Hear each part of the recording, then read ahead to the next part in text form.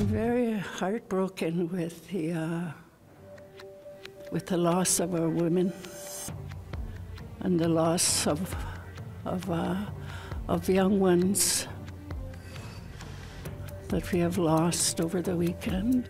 Tonight, a tragedy in southern Manitoba. A man is charged with first-degree murder in the death of 5 people, including 3 children. Having good people work together to make things right as we continue to confront the history of this country. Plus, the Council of the Haida Nation is another step closer to being recognized as the government of the Haida Nation. I want to do like a net zero apartment building to help address some of our housing crisis in my nation. And a housing program geared to give Indigenous communities a hands-on lesson in making older homes more energy efficient.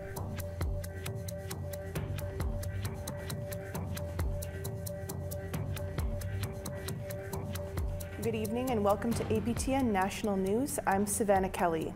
A tragic time for one Manitoba family. 3 children, a teenager, and 1 woman were found dead in 3 different locations in southern Manitoba Sunday morning. The children's father and common-law partner to one of the women has been charged. Tamara Pimentel has more.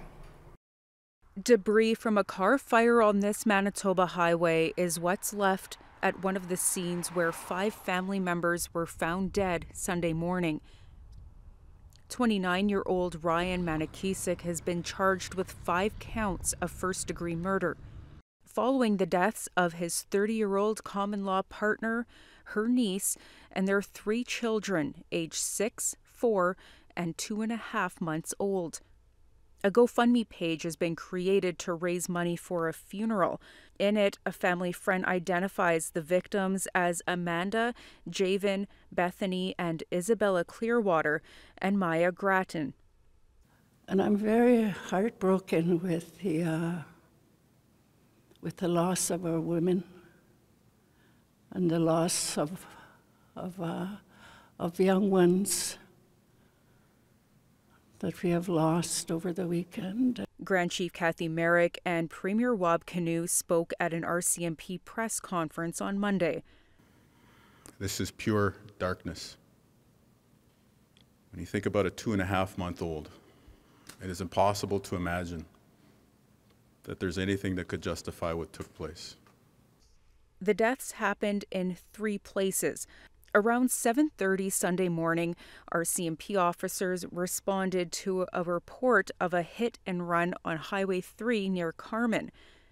They found the body of Manakisik's partner. Hours later, RCMP received a call about a car on fire 45 minutes north on Highway 248 near Saint Eustache.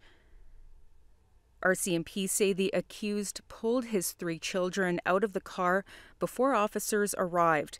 All 3 were declared dead at the scene. The investigation continued and led police to a residence in Carmen where the body of the 17-year-old niece was located. Manakisik and all 5 victims lived in the home together. It's sad that people are struggling and that we need to ensure that they have access to culturally appropriate services. A lot of our people get caught in between and they struggle, and these things happen. I'm sure the man loved his children. I'm sure that he's sorry that he had to pull them out of the vehicle, but he did something wrong. RCMP Major Crimes Services continue to investigate. The surviving family has asked for privacy, and autopsies are scheduled for today and tomorrow. Tamara Pimentel, APTN National News, Winnipeg. Last week, comments made by Saskatchewan MP Kevin Waugh about water treatment plants on reserves burning down sparked outrage. This week, one of the First Nations Waugh referred to has responded to the comments. Reporter Rachel May has more. Province of Saskatchewan, I've seen reserves burn down water treatment plants. because this government has done little or nothing. That was one of the comments MP Kevin Waugh made in the House of Commons during a debate over Bill C-61, the First Nations Water Act.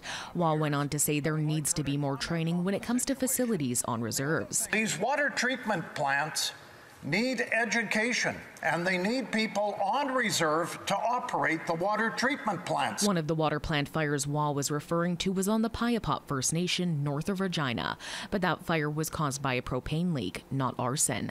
Late last week, Waugh walked back his comments. His office said that Waugh was not familiar with the circumstances surrounding the fires, and he didn't mean to imply anything about the cause. Piapot First Nation has now issued a statement calling for a formal apology from Waugh. Chief Mark Fox says Waugh's comments perpetuate racist stereotypes. These statements from the MP are not only without merit, but deeply disrespectful to the people of Piapot First Nation and all First Nations committed to the stewardship of our lands and resources. Fox says the comments made by Waugh shifted the focus away from real issues in the community regarding infrastructure and resource management. Piapot First Nation is not on the federal government's boil water advisory list. Rachel May, APTN National News, Saskatoon. To Edmonton now, Kenneth Cordelli was sentenced on Friday in Edmonton in the death of 30-year-old Billy Johnson, a mother of 2 children from the Samson Cree Nation. Cordelli was found guilty of manslaughter last September. He previously pled guilty to indignity to a body. The young woman's body was found in a wooded area outside of Edmonton. Justice Stephen Hillier sentenced Cordelli to 13 years in prison for manslaughter, indignity to a body, and violating parole. I'm just really upset, and he brought out really good litigating factors of her death and who was the cause of it. And this guy still got only 13 years. He's gonna be out in 5. I know this penal system, and when he's out in 5 and he hurts somebody else, then that's on them. And when that happens, I'm suing them. I'm suing them because they didn't put him away for life. The City of Winnipeg released their preliminary multi-year budget for 2024 to 2027.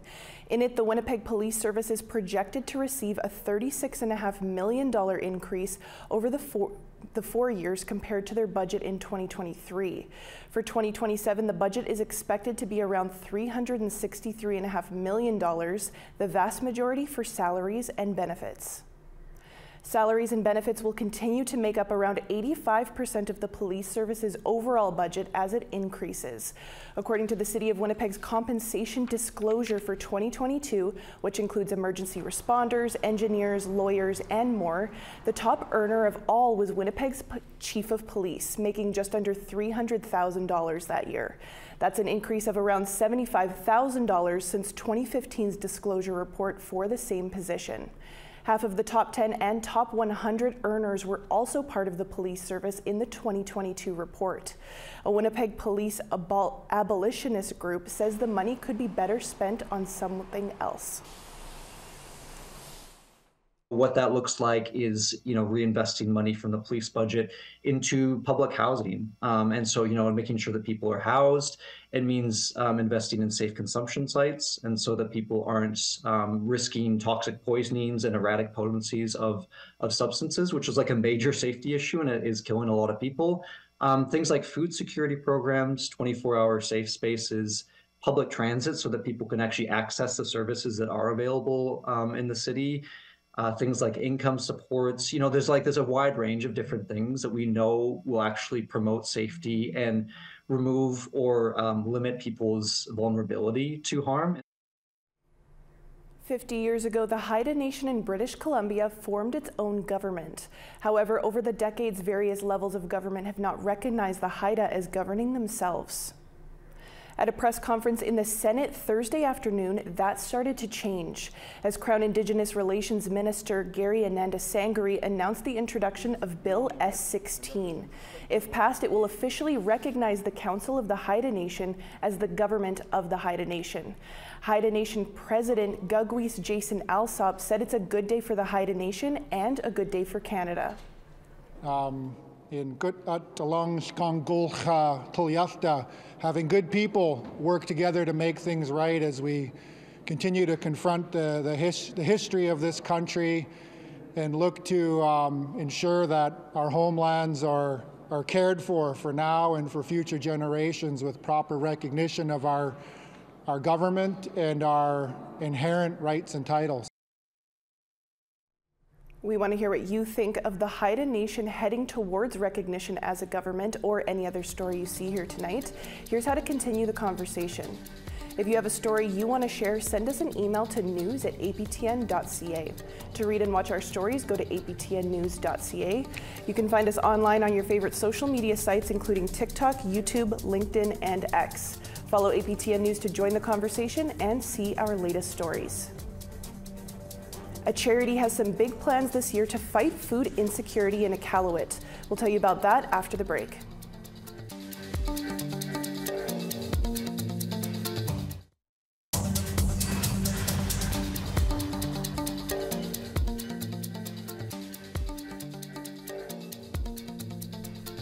A charity in Nunavut's capital has some big plans this year to fight food insecurity in the city. Trevor Wright reports. Civic Community Food Center in Iqaluit provides daily meals, food boxes, and cooking classes for local residents. They are now looking to increase access to Inuit country food. This will be the place where country food will be prepared and sold.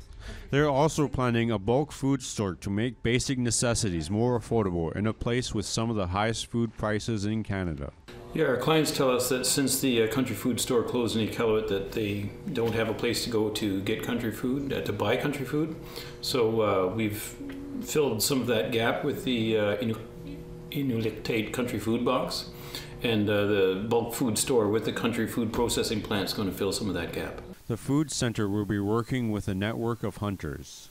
So right now we are working with Project Nunavut, which is a social enterprise based here in Iqaluit, to access a network and build a network of hunters across the territory so that we're able as a customer to purchase country food consistently through different seasons from multiple communities. Rachel adds the new food store will really help low-income families. So, for instance, if someone who's receiving income assistance here in Iqaluit who doesn't have dependents receives about $950 a month.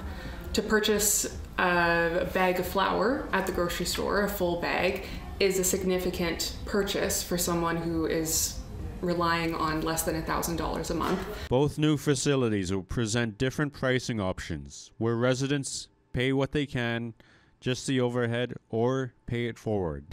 So it's a way for community members, not only community members who are on restricted or low incomes, to be able to access food more consistently and affordably, but also for community members who are higher income earners to support other community members and create a more equitable food system here in Iqaluit.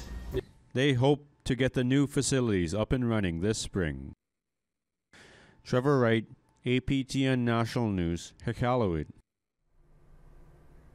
It's a hairy Ice Age animal that's been extinct for thousands of years, though it continues to fascinate many around the world.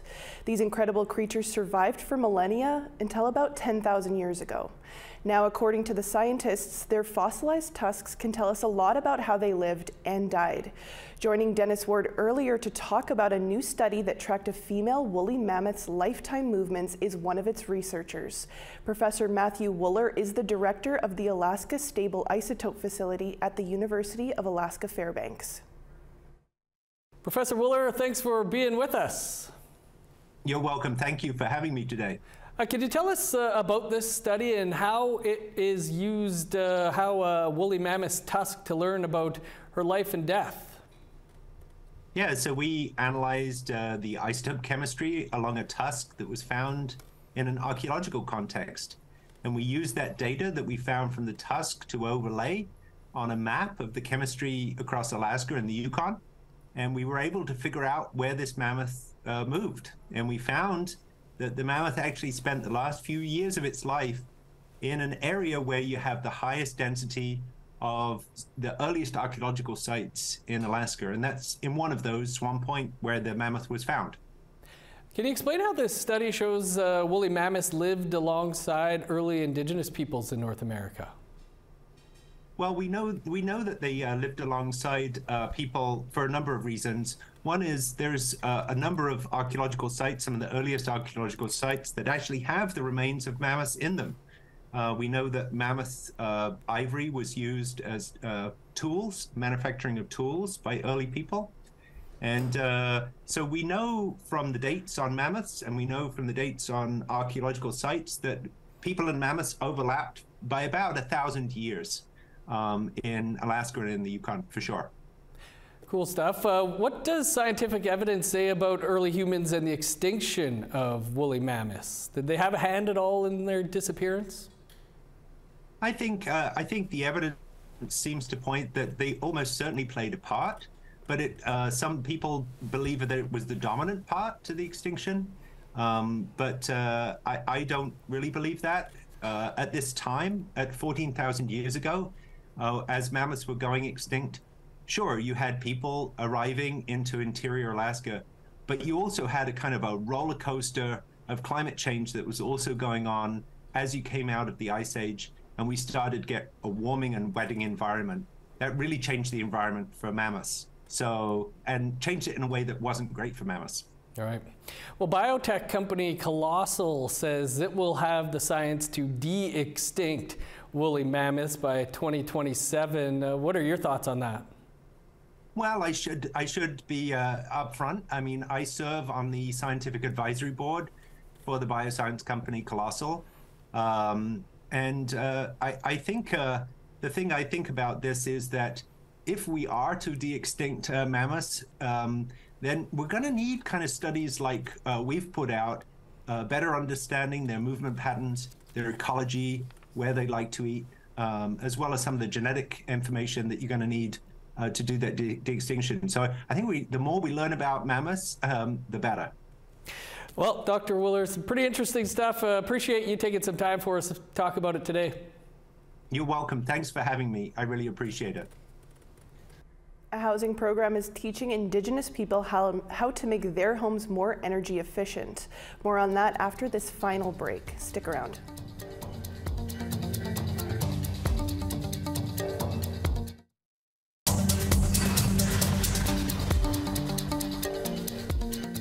Welcome back. Time now for our photo of the day. Marjolaine wanted to share a close-up photo of a neighborhood visitor. This little pine squirrel is enjoying a midday snack, all while posing for a picture. Quite the photogenic little guy there. Send your pictures to share@aptn.ca to be featured as our next photo of the day. Now let's take a look at tomorrow's weather forecast.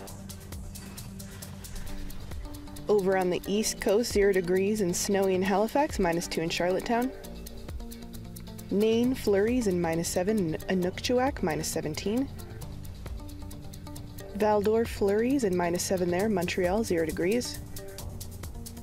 Sarnia, snowy and +1. North Bay, -6. Kapuskasing, -11 there. Timmins, snowy and -11. Churchill, flurries and -10. The Paw, -3. Princess Harbour, snowy, -4. Well, -4 everywhere in southern Manitoba. Regina, flurries and -4 there. North Battleford, -6. Stony Rapids, sunshine and -17. La Ronge, snowy and -14. Sunshine and -2 for Peace River. High Level, snowy and -4. Edmonton, -4 and snowy there. Medicine Hat, -6. Bella Coola, sunshine and 5 degrees. Kamloops, +3. Fort Nelson, -3 and sunshine there. Smithers, rainy and -2. Mayo, -14 and sunny. Rock River, -5. Sunshine and -13 for Norman Wells. Trout Lake, -4. Paulatuck, sunny and -9 there. Tuktoyaktuk, -16. Baker Lake, sunshine and -31. Now Yet, snowy and -22. Arctic Bay, snowy there and -29. And Joe Haven, -32.